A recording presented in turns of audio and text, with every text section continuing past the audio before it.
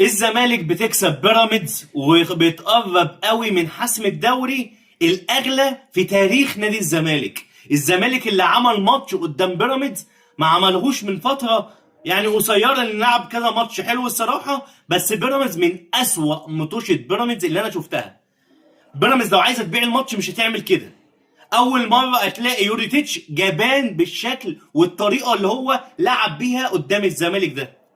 السلام عليكم ورحمه الله وبركاته، حلقه جديده، وما تنسوش المتابعه طبعا وتعملوا اشتراك للقناه وتفعل زر الجرس ليصلك كل جديد. بسم الله الرحمن الرحيم. حلقتنا النهارده فيها شويه شغف، فيها شويه قلق بفوز الزمالك النهارده. الزمالك بعد ما كسب بيراميدز صعب الدنيا على النادي الاهلي، صعبها. يعني انا كنت متوقع ان الماتش ده يخلص تعادل 1-1 0-0، بس يخلص تعادل والفريقين يتكعبلوا، او الحل الثاني ان بيراميدز يكسب الزمالك يعطله. بيراميدز لو كسب الزمالك، بيراميدز هيبقى عنده 47 نقطة والزمالك هيبقى عنده 46 والاهلي 44. المنافسة لسه في الملعب، لكن الاقي الزمالك تكسب بيراميدز بالطريقة دي. خوان بيزيرا انت ايه يا عم؟ انت ايه يا عم؟ جايبينك منين؟ برازيلي اصلي؟ لا خوان بيزيرا لا تحياتي للي جاب اصلا خوان بيزيرا. بيزيرا عامل موسم مع الزمالك، مش هقول لك ماتش ولا ماتشين. بيزيرا عامل موسم، بيزيرا هو اللي بيحيي الزمالك. هو مين اللي كسب الزمالك في الجزائر ضد شباب بلوزداد؟ مين؟ بيزيرا. مين جاب الماتش النهارده؟ بيزيرا. شيكوبانزا كان كلمة السر في الشوط الثاني. شيكوبانزا نزل، هو شيكوبانزا طبعا صاحب مزاج وبيلعب مش عارف ايه، بس خطير سريع، بياخد الفرصة، خصوصا عنده حتة كده جريزبيل في نفسه. الكرة بتجيله على الأطراف بيعرف يلمها، يلم واحد مع واحد، بيعرف يكرفت أي حد، وسريع جدا. هتخش معاه في سباق سرعة هيكسبك. يعني بيزيرا لسه قبل الجون عامل له واحد اسيست انفراد. شيكوبانزا ده لو عنده فكر شويه يعرف يعملها بكعبه ويغمسها الناحيه الثانيه، يعمل اي فينش، بس هو اختار طبعا الطريق الثاني برجله الشمال في واحد ضعيفه في ايد الشناوي. لكن اخذ الكره بطريقه طبعا ممتازه ومررها كره عرضيه ما فيهاش اوفسايد. ما حدش يطلع يقول لي ما هو خوان بيزيرا مسابق، لا ما فيهاش اوفسايد. هو احمد سامي تقريبا كان مسابق بسنه صغيره، وهدف صحيح 100%. الجون الثاني بتاع بيزيرا بتاع شيكوبانزا اوفسايد. وشيكوبانزا اصلا يعني لو ذكي يعطل نفسه شويه كان عرف يفلت من الاوفسايد دي. بس الزمالك مرعب بالطريقه دي. انت ايه يا عم؟ انت ما بتعطلش يا عم، انت ما بتخسرش، يعني الدنيا كلها بتخسر. الريال وبرشلونه والسيتي بيخسروا، انت مش عايز تخسر ليه؟ انت ولا بره ولا جوه ولا دوري ولا كونفدراليه، في ايه يا زمالك؟ في ايه؟ انتوا بتعملوا ايه يا جدعان؟ ايه الموسم اللي انتوا بتعملوه ده؟ انتوا كده هتتمنوا ان انتوا يحصل لكم كوارث كل موسم، وايقاف قيد وي وي وي وي وحاجات ياما جدا. مش بتيجوا على العز خالص. انتوا على العز بقى والبطولات، ومهما ده انتوا كان معاكم فريق مرعب وصفقات وي وي وي كنتوا بتخسروا. زي الاهلي اهو، فريق المليارات اهو، كل ما بنتفرج بنزعل وبنتضايق من اللعيبه اللي عندنا بالاداء والمستوى والروح اللي عندنا دي. بنشوف الزمالك بتعمل ايه وبنشوف الاهلي بيعمل ايه.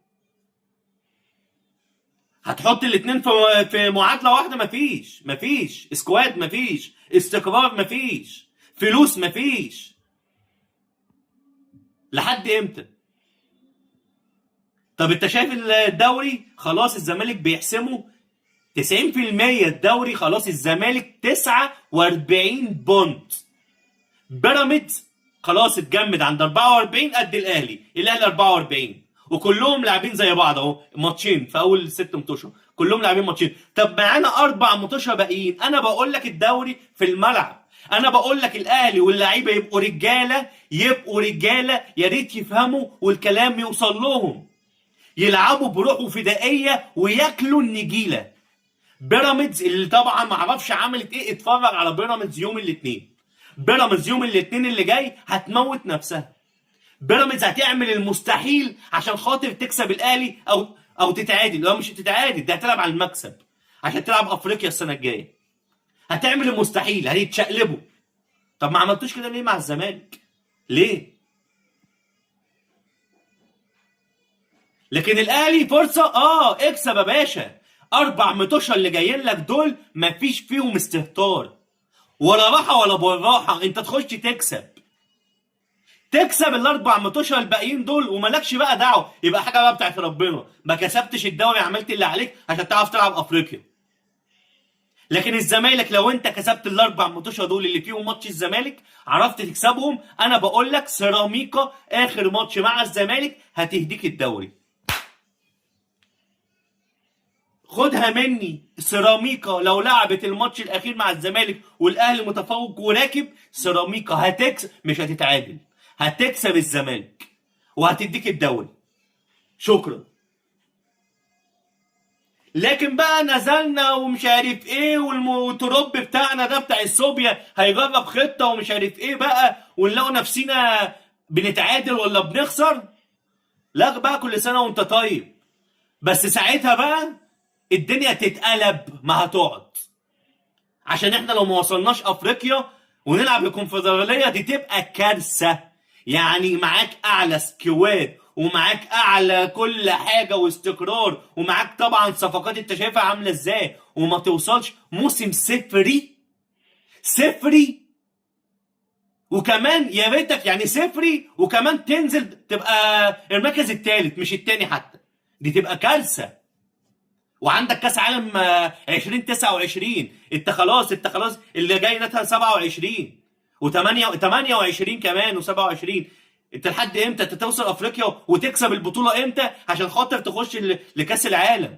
بيراميدز حطت رجليها خلاص، الموسم اللي فات اخذت افريقيا، حطت رجليها في كاس العالم اللي جاي. انت بقى في كاس العالم اللي جاي فين؟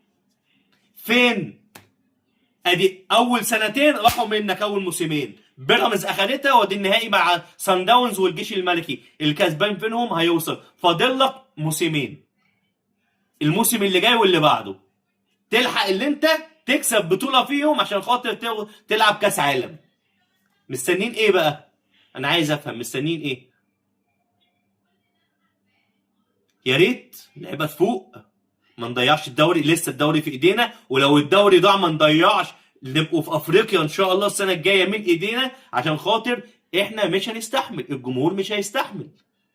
بنشوف الزمالك بتلعب بحماس وبتلعب برجوله ازاي، احنا عايزين نلعب كده، عايزين نلعب اعلى من كده، عايزين نقول لهم احنا اهو بقى صفقاتنا اهو، لعيبتنا اهي.